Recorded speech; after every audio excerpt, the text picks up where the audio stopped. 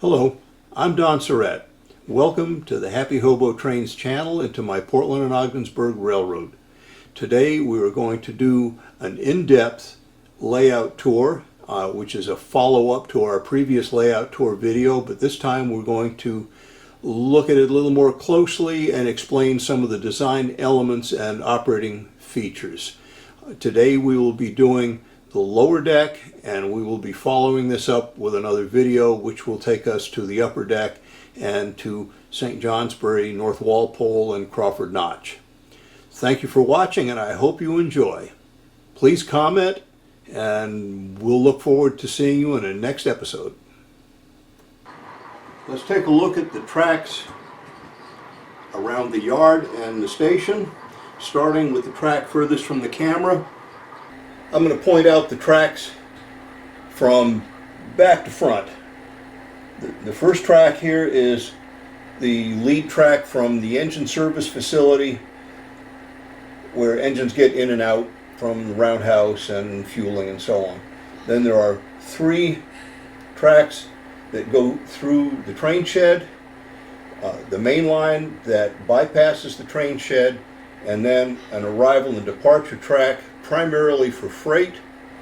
And then there are 5 body tracks for trains going to various destinations. In this case I have 4 staging tracks in my hidden staging, and each one of these builds a train to go to one of those staging tracks. The 5th track is to my switching area, which is South Portland, which is a local job. Then we come over to the next track in the light colored ballast. Here is the yard lead for the east yard and an arrival departure track combination, which is worked by a switcher at the far end. The switcher that you see here in the foreground is normally assigned to work the west end of the yard. There's 2 more local trains that originate from these tracks.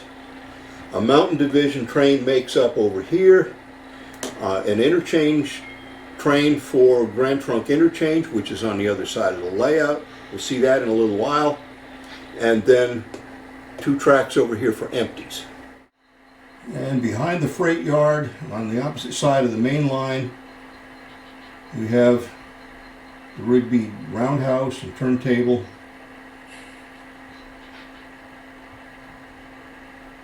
The main line turns around behind the roundhouse and heads up the mountain or heads to Bangor.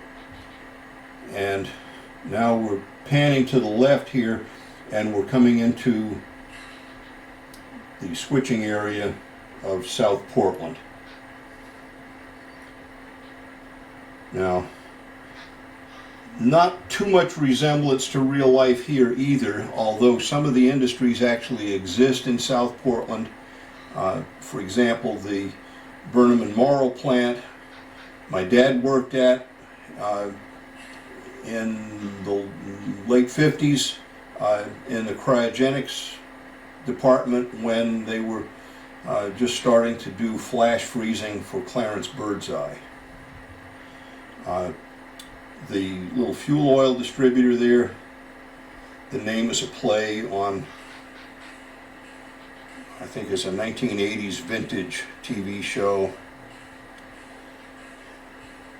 A couple of fictitious industries here. Some are named after friends.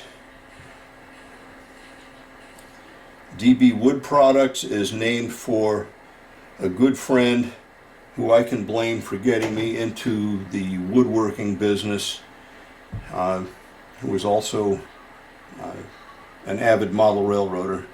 He's gone to the great model railroad in the sky, I'm sorry to say. We miss him. But he had a cabinet shop, and that was the actual name of it, DB Wood Products, for Don and Bob Designers and Builders. He did kitchens and home entertainment furniture.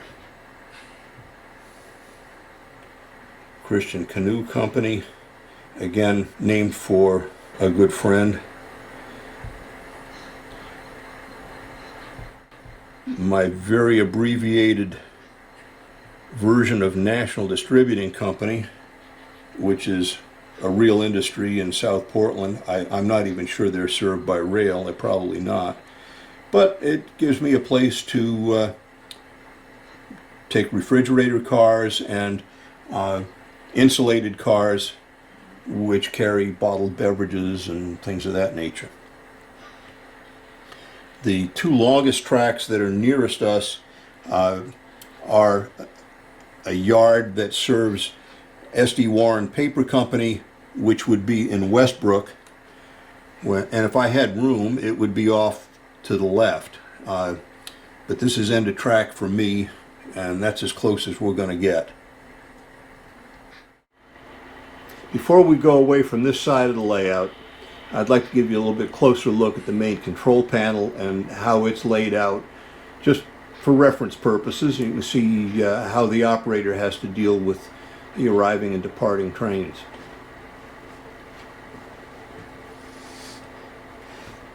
The red and the black tracks on this panel represent the west and the east yards that we just talked about. The passenger station, which physically is located behind the freight yard, is offset to the side, and that's these red and blue tracks to the left.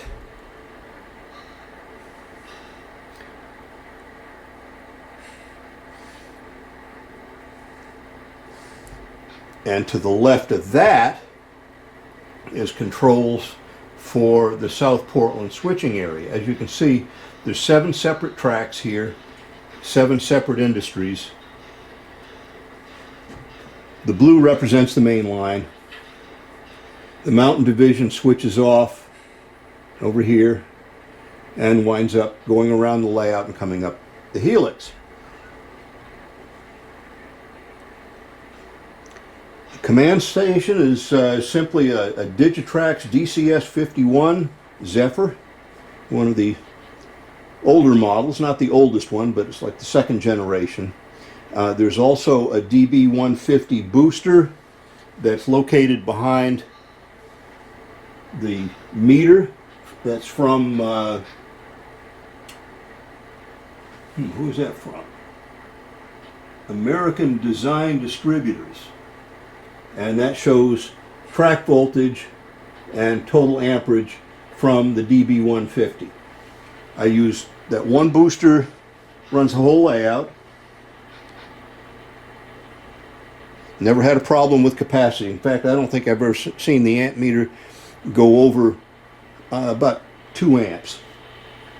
Most of the time it runs 1 amp or less.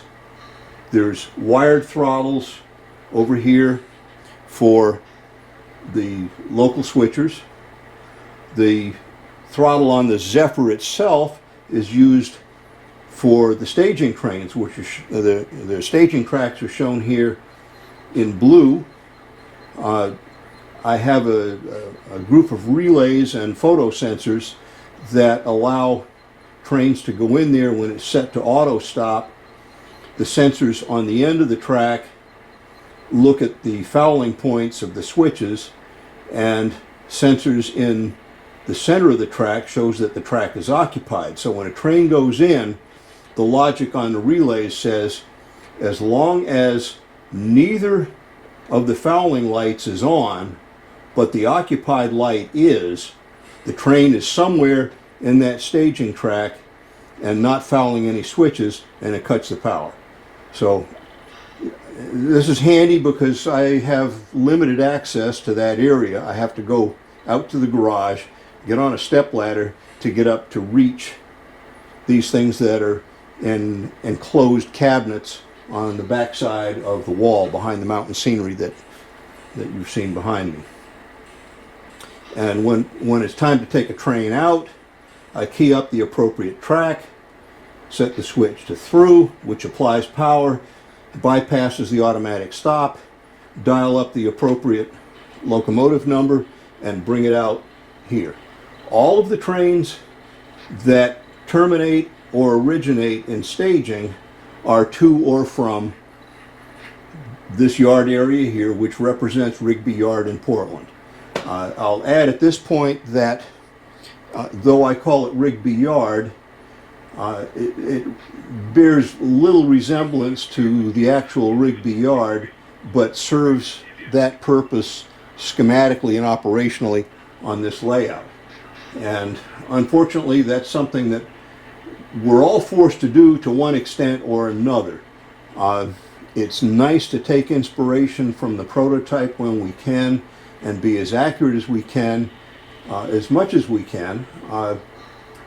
But on this layout, this is probably the biggest compromise of all, is just starting with the track design that works to support the operation and then fit the scenery to go along with the track plan that you've worked up.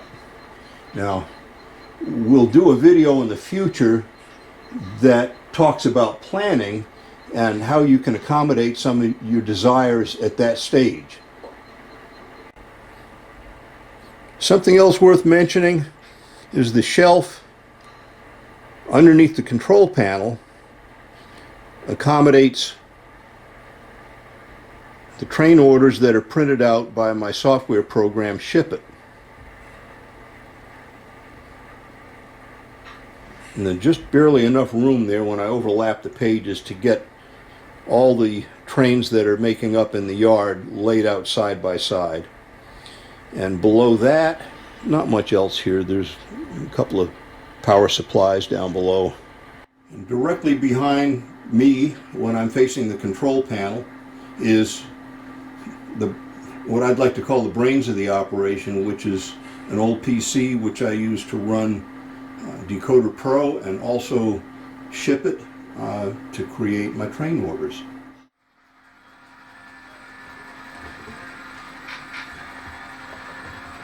On this side of the layout, you will see 3 tracks coming into view.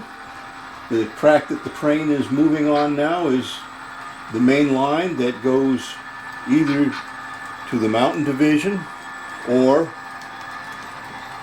to Bangor, depending on the position of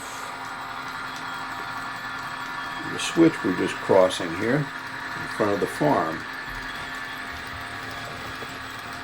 This train is headed up the Mountain Division.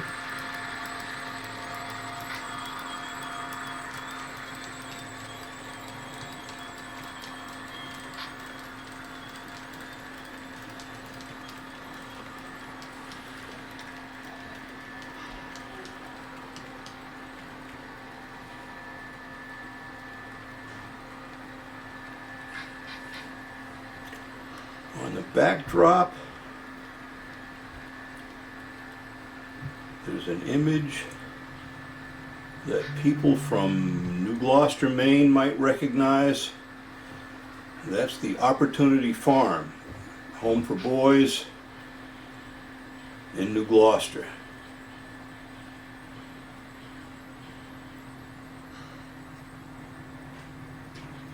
I lived not far from there when I was growing up. And in fact, if you went up to Opportunity Farm and looked out across the valley, you could see the roof of a couple of the barns on our farm.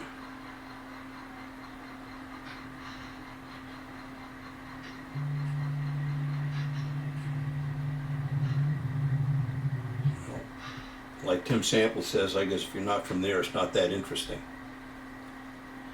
Okay, the tracks closer to you.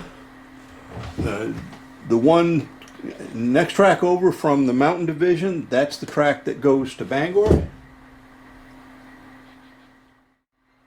The inspiration for this oddly shaped building that sits partly suspended over the track and next to this steep hill is inspired by an equally goofy looking building, sorry guys, but it is, in Bellows Falls, Vermont. That's a suggestion of another one of my modeler friends when I was trying to decide how to get track out from under this raised portion of my town, and he said, "Ever been to Bellows Falls?" And I said, "Hey, what an idea." So we're going to leave it there, and where this track goes up the mountain division, we will pick that up, and that will be the in-depth tour part 2. In the in-depth tour part 2, we'll take a closer look at Crawford Notch, the Crawford Notch Station, the town of St. Johnsbury, see the trackage arrangement there, look at some of the switching operation that happens there, and also take a look at the town of North Walpole, which is the first home for Steamtown. Thank you for watching.